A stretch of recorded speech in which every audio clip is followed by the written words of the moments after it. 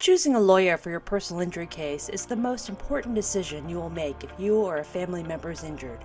If you're like most people, this is the first time you've had to hire a lawyer. To help you make your decision, I'm going to share 5 tips with you about how to choose the right lawyer for you and the right lawyer for your case. Tip number 1, do your homework. You want a lawyer who is highly skilled in personal injury law, a lawyer who only represents injured people, not someone who drafts wills, handles divorces, defends DUIs, and now and again handles an injury case. Because there are so many injury lawyers, a simple internet search for personal injury lawyer will get you pages of law firms. To get better information about an injury lawyer, you should connect with people you know and get personal recommendations from people who have had injury lawyers. You can also use websites where lawyers have been rated by other lawyers, judges, or former clients on their skill level. Some of these websites are martindalehubbell.com, superlawyers.com, expertise.com, or avo.com. Also, keep in mind that the lawyers who advertise the most are not necessarily the best lawyers for you. Once you have a list of 3 to 5 names, it's time to make some calls and see who will meet with you.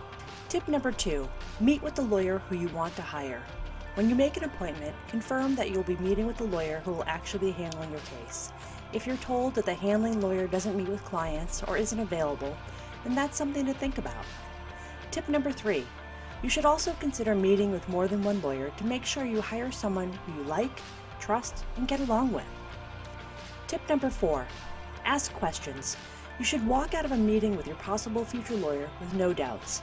Take a list of questions, ask them, and get answers.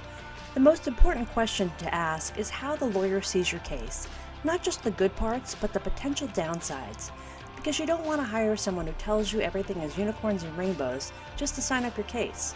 You should know if your case is actually worth pursuing, not just for your lawyer, but for you. Tip number 5, read and sign a retainer agreement. To officially hire an injury lawyer, you must sign a retainer agreement.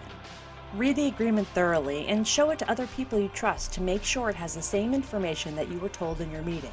If you have questions, ask the lawyer to explain the agreement to you before signing it. If a lawyer tells you you don't need to sign an agreement or asks for money up front, walk away. This can be a long process, but at the end, you can almost never go wrong with trusting your gut about another person. Good luck.